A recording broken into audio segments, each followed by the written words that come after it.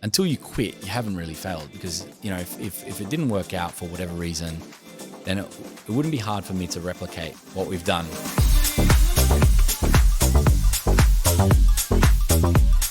Welcome to another episode of our podcast, Relentless, Life on Your Terms. We're here in Sydney with Julian Fayad. How are you? Good, very good. Thanks for joining us. My pleasure. Now, very happy to be filming in your studio. We just filmed one of your podcast episodes, which was awesome. Now, I read your story and it was super impressive. Can you share with the audience a bit about your background, how you started in a very unique product offering, and what you're planning on doing? Yeah, so when I left school, I was studying web and app development, and I was a big nerd, and I just really enjoyed what was coming with technology. It was all very exciting. I grew up, and when Apple released a new iPhone, and then there was the App Store, and there was all this stuff. It was very exciting to me. So I was studying web and app development, and I fell into my second choice career after I left school, and I was studying full time and working full time. And eventually that just got a little bit too much. And so I, because of my situation at home, like I needed to, my mum was single mum, raised 5 kids, so big family. And so I definitely learned my work ethic from her. I had to keep working. And so I thought, what I'll do is I'll just come back to the study, or I'll do it maybe on a part-time basis, or I'll do it in my own time, that kind of thing. So full-time work, I landed in finance, which is, sort of earlier versions of what I'm doing now. As a broker? As a broker, yeah. Yep. And it was mostly automotive at that point in time, automotive finance. So asset finance. Yeah, asset finance only.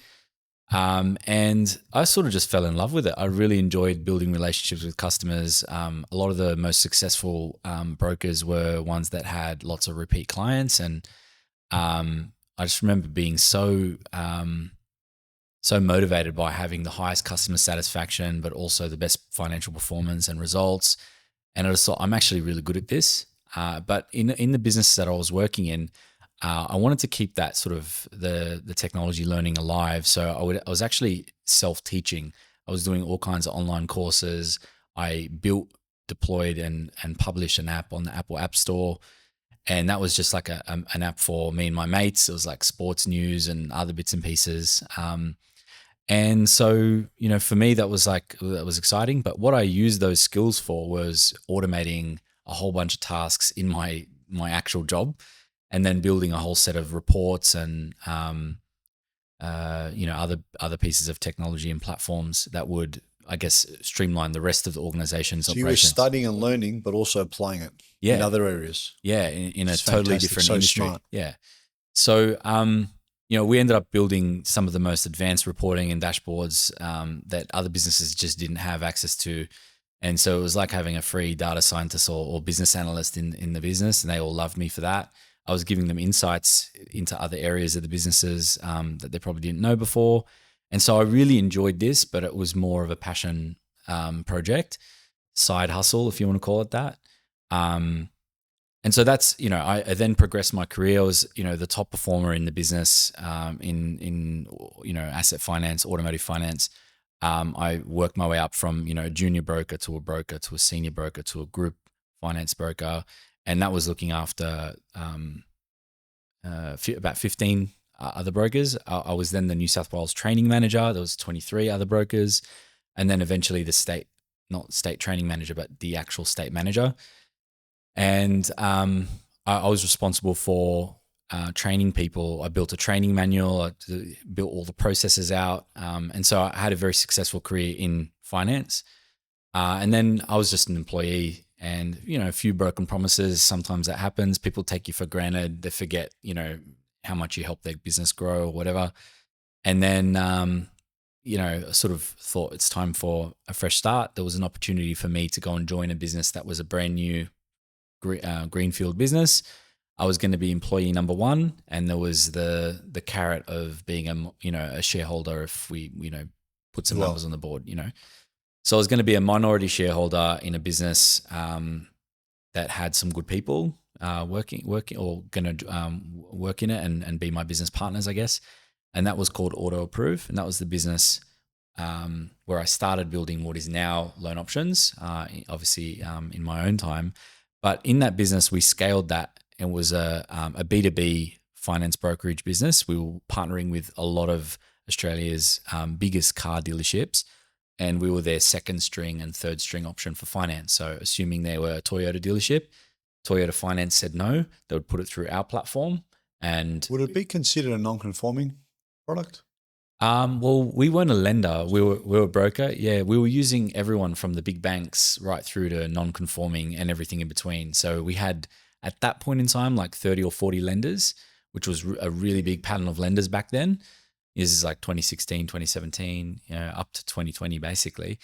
But then, sometimes they were referring business to us not because the client was declined, but because they couldn't match what their bank was offering. And so we had access to other products where we'd get sharper rates than what Toyota Finance or Nissan Finance or any one of the lenders that the dealership has were offering. And was that through shopping them all around, seeing based on their application you'll get a better deal? Yeah, that's exactly right. And, there was a lot of things that, dealers would do that we didn't agree with, just in terms of they would just submit the apps willy-nilly and then hope for the best, because they only had 2 or 3 options at the very most. Of course, because they're all targeting towards one anyway, because that's where they want the client to settle. That's where they get paid the most. That's where they have agreements in place with those lenders that fund all the stock that they have. It's definitely not putting the customer's interest first the way they do it. And they're under a bit of a loophole called the point of sale exemption. They're not actually licensed. Dealer finance people are not licensed. They don't need a credit license. Some of them might have a credit license, but that's extremely rare.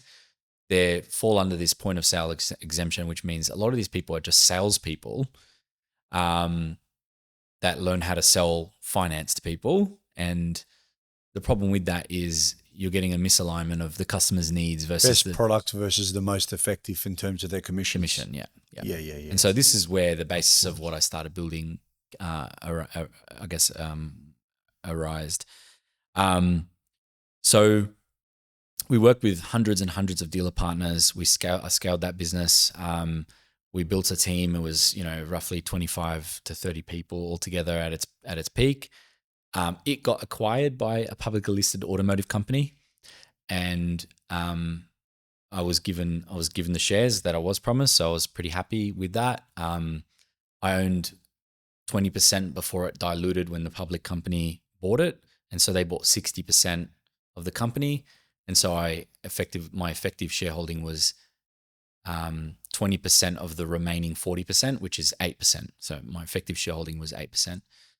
And then COVID happened and things were going well. There was a whole bunch of promises made. They were going to invest in technology. They were going to do all this kind of stuff. And I'll come back to when COVID happened, what happened, but that led me to start Loan Options. But when we were scaling that business, we were running into some problems, and I was being used as a computer effectively to calculate which clients need to go to which lenders. I was very good at that. It's just the way my brain works, I guess, wired that way. You could give me any scenario and say, put him here, put him there, yeah, put him there. I knew exactly what. You just give me 5 data points, 10 data points about the client, the worst part, place him there. and I'll say this lender will go there, this lender will go there. And when you've got 5 or 10 lenders, that's pretty easy to do, but it gets exponentially harder when you've got 30, 40, 50 lenders. Of course. And so one day, because everybody was calling me, everyone was, grabbing my attention, or, if they were in the office, one day I was like, enough's enough, because it was like I received a call. It was a very important call. It was like 9:30 in the morning. And then when I got the answer to that question, I said, I'll call them back. When I got the answer to that question, it was about 3:30 in the afternoon. And so I went to call that person back, but I didn't have their number saved. And my call log had reset, because the iPhone only allows you to have 150 calls in your call log. It only saves the last 150. And so in that 4 to 6 hours, I had over 150 calls that I'd either made or received. And so I was like, there's got to be a better way. So I said, look, you spoke about earlier about not thinking as yourself as greater than, and I speak about that exact same concept a lot. And it's like, if my monkey brain can do this, then a computer can easily do it. And it's because I never thought of myself as anything other than less than or equal to everybody else. So I started writing down the logic and the reasoning that I used for every single decision, every single conclusion I came to, and why I thought that. So essentially, it was just a hot mess for a little bit. But within sort of 30 days of doing that, what I actually had was an axis. Formulas, calculations, and everything. So within 30 days, I landed on a thing that kind of made sense to me. It was one axis was all the lenders, and that was across the top. And then the axis coming down the side was every single data point or decision metric that was being used, or parameter, if you want to call it that. And that was like credit score, age of the credit file. So you mentioned before age. 5 data points. Now by doing it, like as you said, you could put more. Well, I put a lot more. But when I said 5 to 10 data points, what I actually meant was tell me the 5 worst things about the client. Because that's going to determine the rest. Or yeah, where because you can them. make assumptions about the rest. Like if you tell me, okay, they're casually here's the problem with the client, they're casually employed for 2 months. I kind of go, okay, assume everything else is okay. The lenders that are really good with casual employment are these. Yeah. So start looking here. You're just narrowing down. That's all it really is a giant funnel or a filter that you're squeezing down to get to the decision point at the end. So I'm fascinated. So here you go. You write the access point. Here's the lenders. So it went from 5, now it's gone to 20, 30. You've got all these data points and you're writing all this stuff down. Yep. With the view to turn this into a workable formula format. Yep. And every single cell, so you can imagine you've got one axis, let's call them A, B, C, D, all the way to Z, all the way across the top with all the lenders. There was more than 26 lenders, so it was actually AA, BB, like in Excel, how it does that. And then down the side, you had no less than 30, but eventually it became a lot more than that, and now it's probably more like 100. But let's just, for the argument's sake, say there was 26 lenders and 26 parameters or decision points. And then every single cell across every single data point had a custom formula in it. And some formulas you couldn't get it to do what you wanted. So you had to write macros, which was VBA code. And that's like the shittest code to work with. But I figured out, again, self-taught, figured out how to do that and wrote the code that I needed to do to get it to decision things the way that I needed to do. So then what we ended up with is just one input page where you put in the client scenario, like their age, how much they want to borrow, their income, all of that stuff. And then there was an output page that told you criteria by criteria for every single lender, whether it was pass or fail, or if it was a near miss, it told you the reason it was a near miss.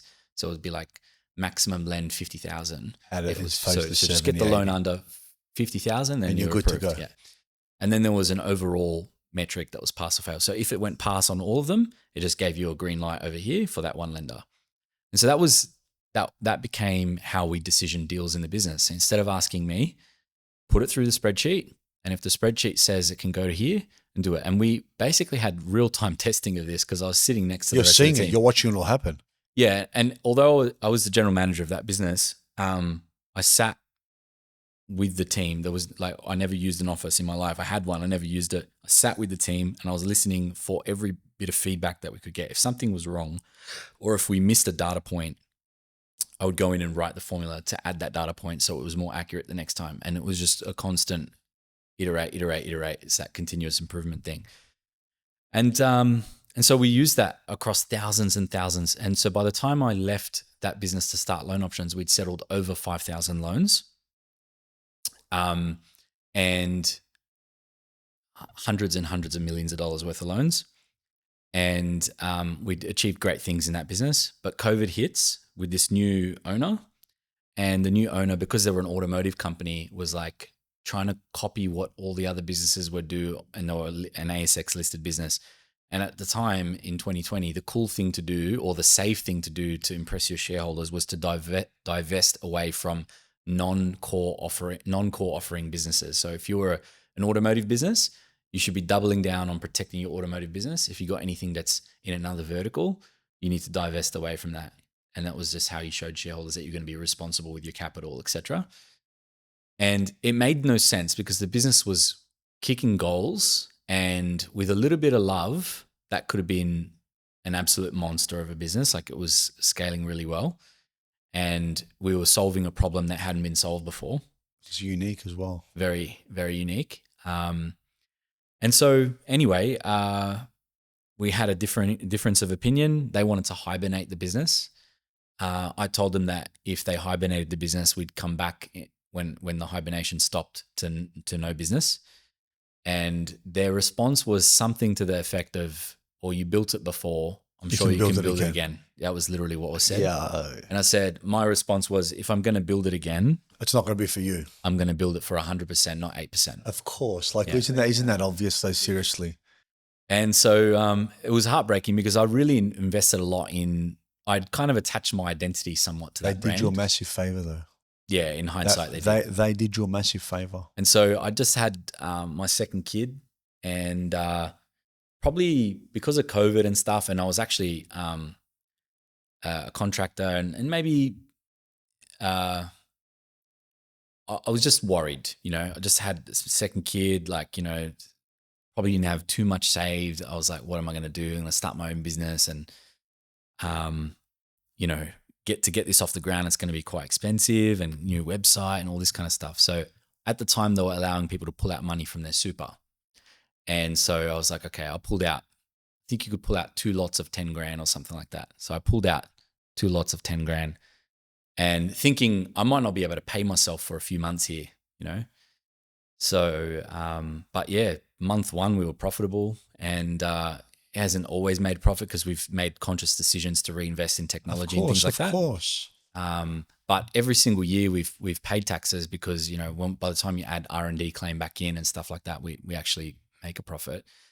But we've made a conscious effort to reinvest in technology for the last 4 years, and it's paying dividends now. We've got some really good tech offerings, some really good offerings direct to customer, but also B2B and enterprise software as well. So, yeah, they definitely did me a favor in hindsight. But at the time it was pretty scary, and I was like, I've got to take the leap here. And if I don't do it now, it might not ever be a better chance. I can pull out some money from my super. Tell you what, I'm so happy to hear what you said. Second kid, all the challenges. So everything that I shared with you, I only had one child, and obviously I had my parents I've fallen back on, and starting from that debt position. But, as I said, even with what Daniel said, I was speaking to Daniel Hakim before I came on the show.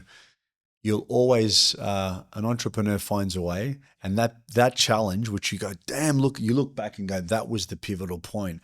They helped you so much you got, I got to figure this out. Yeah. And for you to be able to go back and to start that and to invest it, to take money out of your super and to build this, it makes this story so much more great. I'm so much more happier to hear it.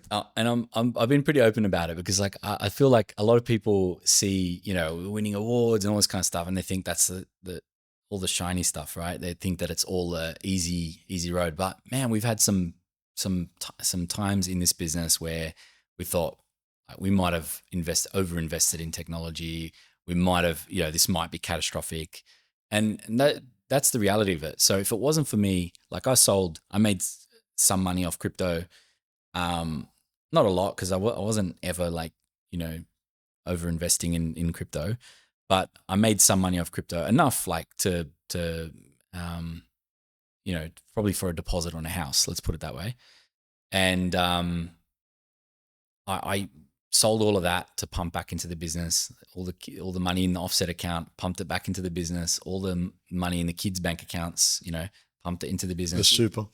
Yeah. So look, it hasn't been easy, but I'm very open and honest about that part of it, because there are times when you're a business owner where you think, this might be it. And, the worst thing that can happen is really that your ego might get a bit bruised because you failed. But until you quit, you haven't really failed, because, if it didn't work out for whatever reason, then it wouldn't be hard for me to replicate what we've done. It's an important point to look at. You win or learn, I always say. People see the tip of the iceberg. Julian runs this awesome business, winning awards. Now, but underneath it, you see that iceberg analogy with all that hard work. And I can't tell you how happy. For every one win, there's been at least 10 losses.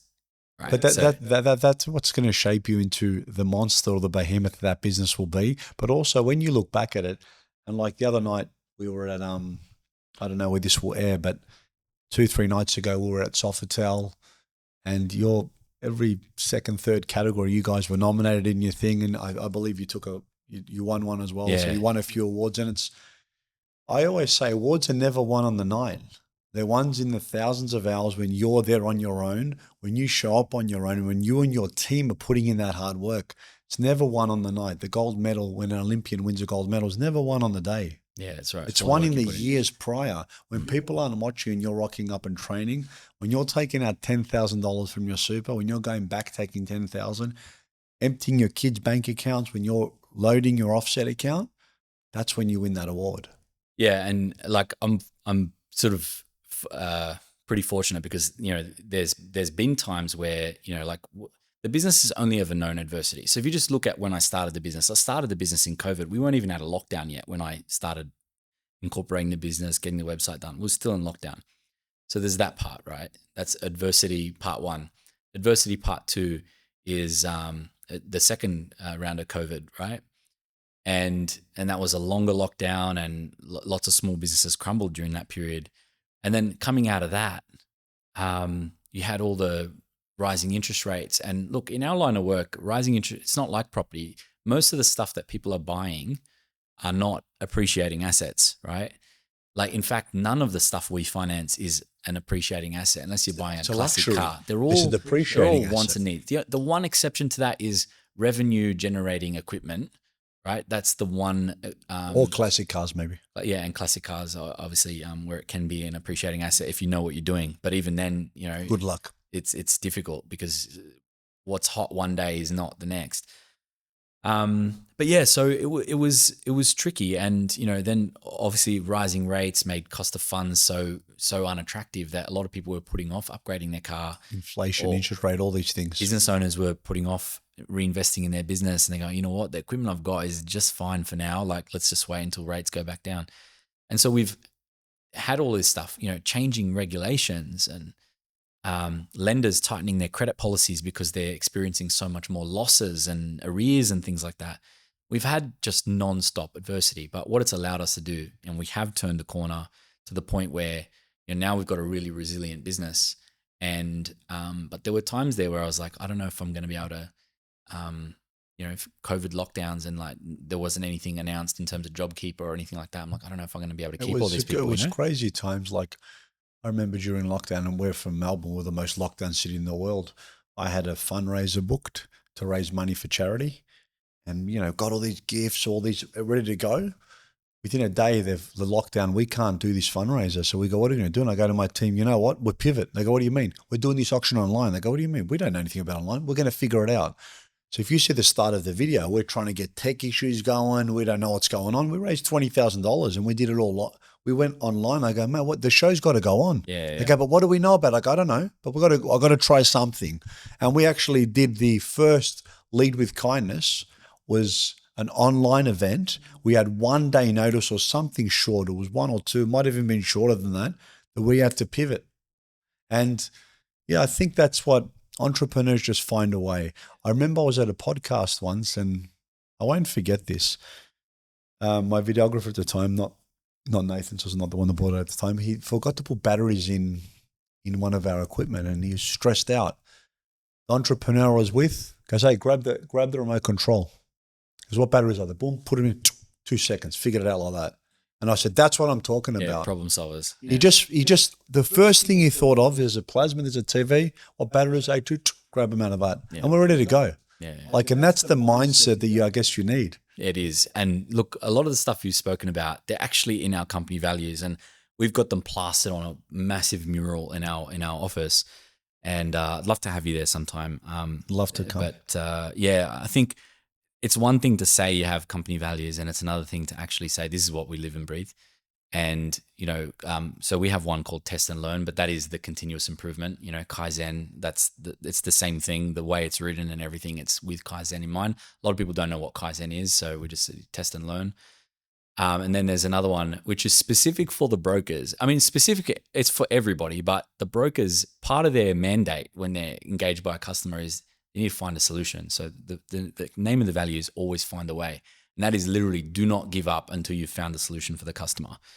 And so, in all of the learnings that I took from the previous businesses, multiple businesses, I saw the gaps in the market. So if you walk into a dealership and you ask the finance manager at the dealership, what's my rate? You watch him, and just as an exercise, the next time you walk into a dealership, ask them what the rate is and watch how they dance around the question. There's a real lack of transparency, and their job and all the training they receive is designed for them to dance around that To question. not answer the question. It's to solve the point and to get you to the next thing. And they just try and switch the conversation to a conversation about repayments and your repayment budget and whether or not you can afford the repayments. What's the actual rate versus Yeah. And the reason they do that is because when there's a repayment, there's like 5 or 6 levers they can pull to make it fit your budget. Like they can change the balloon or adjust the deposit or play with the trade-in amount. There's all these things they can do. Comparative rate, all that stuff, yeah.